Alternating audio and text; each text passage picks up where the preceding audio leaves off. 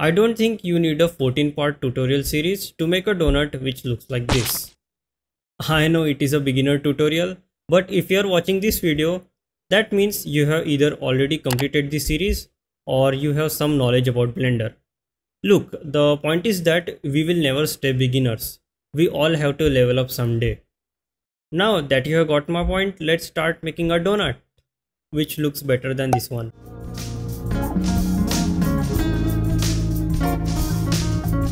Every project starts with a plan, and in our case, it's the donut reference. So you can go to Google and Pinterest to search for donuts and try to find the images with different angles. And also make sure that you do not pick the 3D ones, which are kind of more flashy and imaginary. Pick the actual photo references.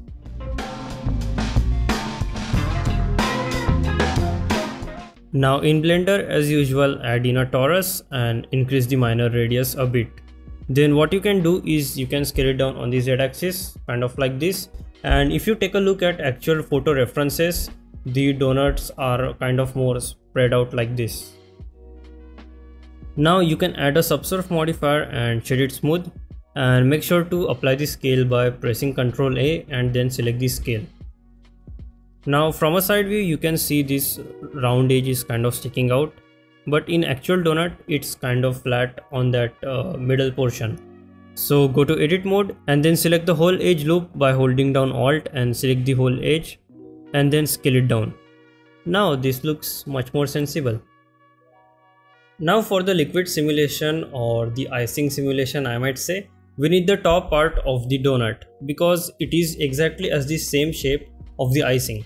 So again in edit mode, select the top face of the donut and press Shift D to duplicate and then press P to separate and separate from selection. Now it is a separate object. We will work on that later, but first let's hide it. Now make sure that your subsurf modifier has a step of 1 and apply the modifier because we are going to sculpt it.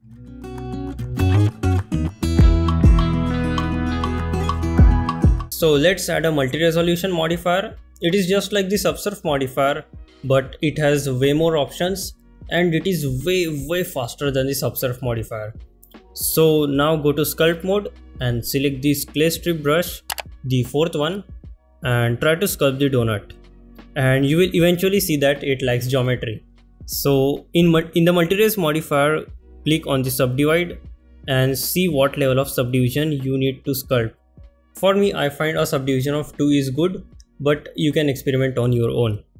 And if you have accidentally subdivided more than needed, then go to the desired level of subdivision and then select delete higher, and it will delete all the higher level of subdivisions.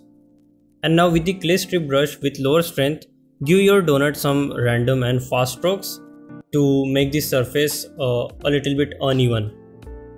You can also turn on cavity, which is on the upper right corner and which will enable you to view the details better. Now move your mouse vertically and horizontally faster, and if you have a pen tablet, what could be better than that? Now unhide the icing and also remove the subsurf modifier because we no longer need it. And add a solidify modifier and make it quite thick and then apply the modifier.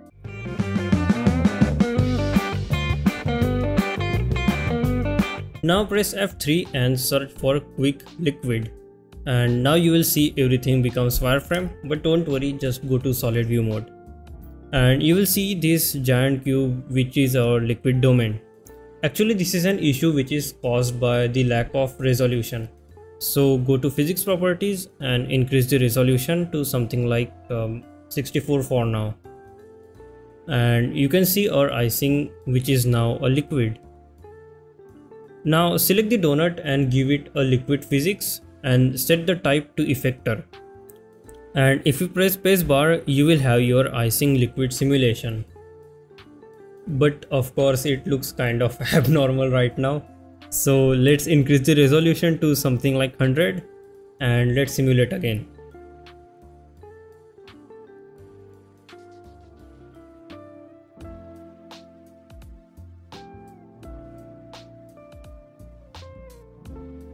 So on the 8th frame, this looks very close to what icing looks in real life. So apply all the modifier that it has and also apply the fluid modifier on the donut. Now if you take a look at references, you can see there's a line going around the center, which is usually the unfried part of the donut. So in edit mode, select the edge loop by holding down Alt, and then bevel by pressing Ctrl B, and scroll once to add a segment in the middle. And then select the exact same segment and scale it down ever so slightly. And now you can see there's a subtle crease around our donut. Now if you take a look at your donut in the rendered view, our icing looks like glass because it has a glass BSDF by default. So change the glass BSDF to principal BSDF and now select your desired color. I will set it to pink because many of us can relate to that. And for the roughness, I found the best value to be 0.2 because the icing is a little reflective but as not reflective as a mirror. Now what else problem we have is the icing itself, because if you take a look at real life references of icing, they look really polished and smooth, but if you take a look at our icing, it looks completely jagged. So that's where remeshing comes in handy. So with the icing selected, if you go to the data tab, that's what it says, and under remesh you can go to the remesh settings. So if you click voxel remesh, you can see we messed up even more. So let's undo that. And this voxel size is the variable here. The higher the value, the lower the quality, and the lower value, the higher the quality. You can experiment on your own if you want, but for me a value of 0.01 works absolutely best. So let's hit voxel remesh, and now if you go to edit mode, you can see our topology is completely clean.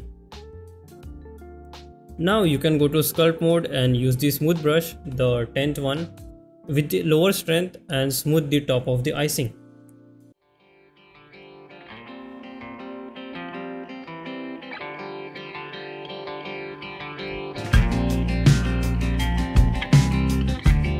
Very good.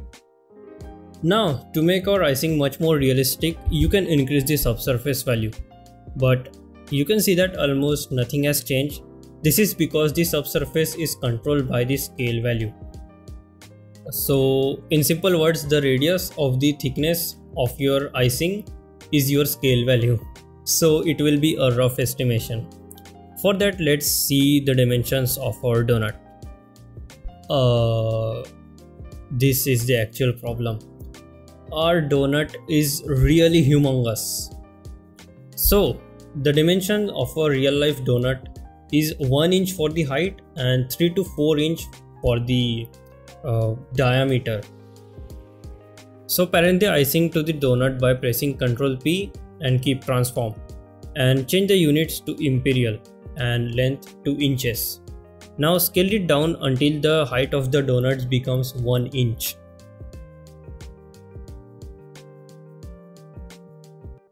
Now this is the actual size of our donut.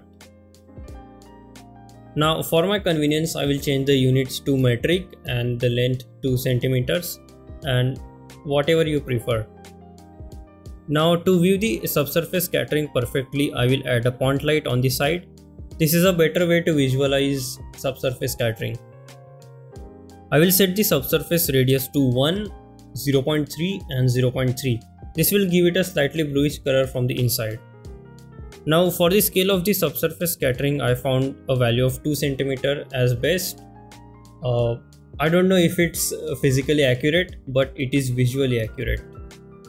Now let's make the material for the donut bread or fried bread, whatever. So press F3 to search and add a gradient texture, then add a color ramp, and with the gradient texture selected, press Ctrl T to add texture coordinates, and also turn on the node wrangler add-on. Then try to bring the black and white values together and rotate the texture on the y-axis at 90 degrees. Now with the black values, sandwich the white values.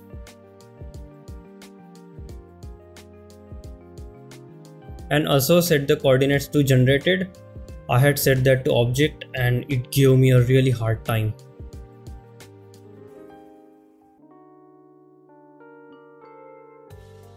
You can change the location with the X value to control the position of the gradient. Now make the white value a little bit yellowish orange and the black ones a little bit brown. And now you can see we have done pretty well. So with this workflow you don't even need to use the texture painting and it is completely non-destructive. I found a roughness of 0.5 is perfect for my donut. Now if you take a close look at the references of the donut, they look kind of shiny but also feels pretty rough from the inside. This is because they have a layer of sugar on top of it.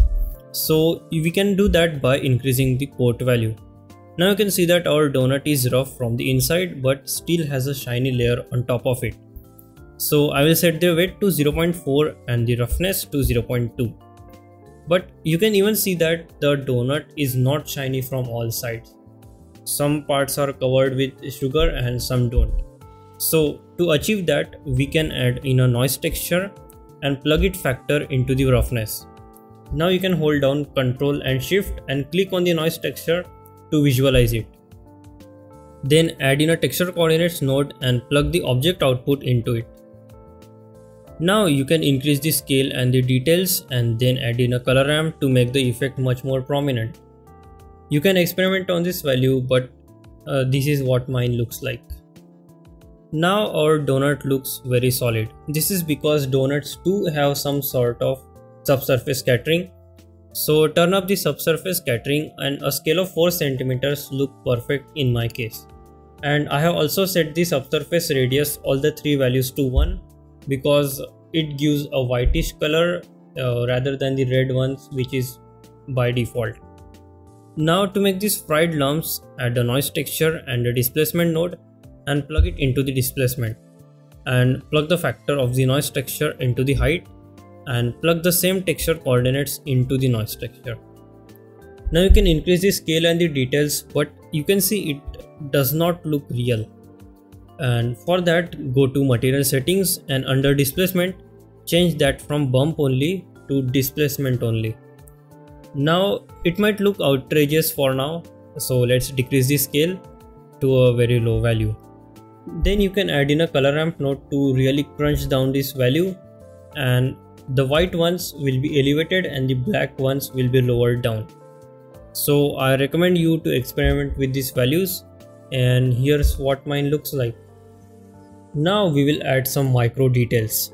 So clean up the space and add in a bump node and plug it into the normal. Then once again add in a noise texture and plug it into the height. Then plug again the same texture coordinates node into the noise texture. Then increase the scale and details all the way up, and do not increase the roughness value all the way up or it will lead to ultra micro details which we can't see with our naked eyes. So I recommend not exceeding a value of 0.7 for the roughness, or you know. Then try to keep the strength of the bump node as low as you can.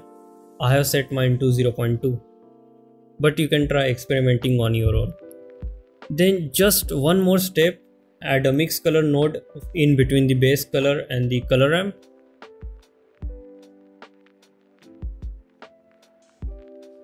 And then set the second color to a darker tone of the donut's color, which will give it a effect of fried bread. So this is my complete node setup, and our donut looks delicious right now. Now let's make this middle line much more prominent with the draw sharp brush in the sculpt mode. And now again in the sculpt mode, draw 2 lines, one on top of the middle line and one on the bottom. These lines don't have to be straight, and even wonky lines will make it much more organic. And now it looks much more acceptable to the brain.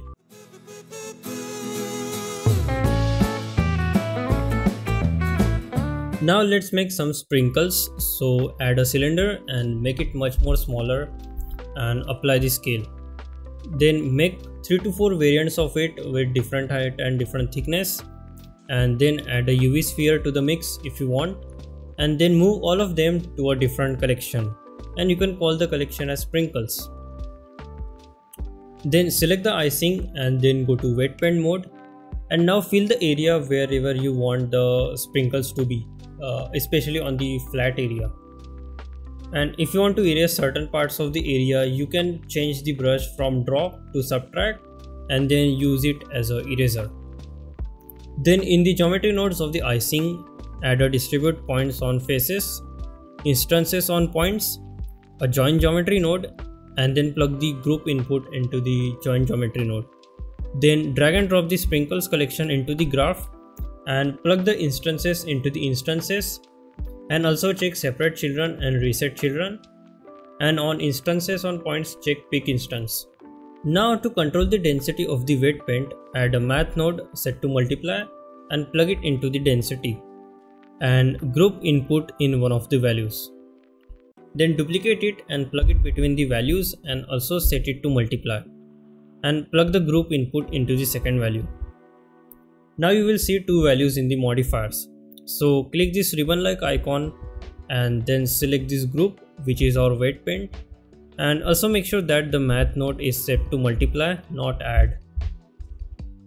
And if your sprinkles are pointing out like this, then rotate them on the 90 degree and then press Ctrl A to apply the rotation. Then to randomize the rotation, add a random value node, set it to vector and plug it into the rotation.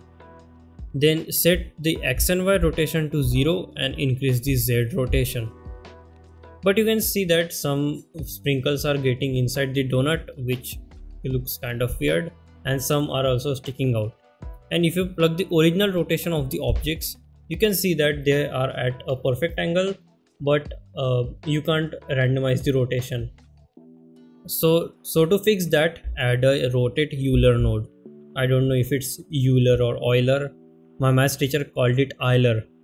So anyways, then plug the rotation into the rotation and random value into the rotate by and plug it into the rotation. And then also make sure to set the type to local. And then just increase the Z value of the rotation, and there you go. Now these sprinkles look kind of submerged, so select all the sprinkles and then go to edit mode and then press A to select all and then move them upwards. In this way the origin will stay at the same place, but the mesh itself will be elevated. Great. Now you can change the value of the multiply node to increase the density. Now add one more random value node and set it to float and plug it into the scale. And I will change the minimum value to 0.5 and the maximum to 1.3. Now you can see the size of the sprinkles is random, and you can change the seed value to get random variations. Now for the materials of the sprinkles, add an object info node and a color ramp node and plug the random into the factor and color into the base color. Then add the same material to all the sprinkles. Now this color ramp will act as a base color for the sprinkles. So for example, if I change this one to yellow and this one to blue, you can see that every sprinkle has either become yellow or blue. So now it is upon your creativity and what colors you want. And also set the ramp type from linear to constant, and this will avoid gradient in the colors. So these are the color I have set for my donut. And you can also give them a metallic color, so you can make a separate material, make it metallic, and you can give some sprinkles metallic ones and some non-metallic ones. Now the important part, just like the icing has subsurface scattering, the sprinkles will have too. So I set the scale to 0.15. You can experiment on your own, but I find 0.15 as the best value. Then you can also bevel the sprinkles. In this way they won't look fake in the close-up shots. So now our donut is completely done.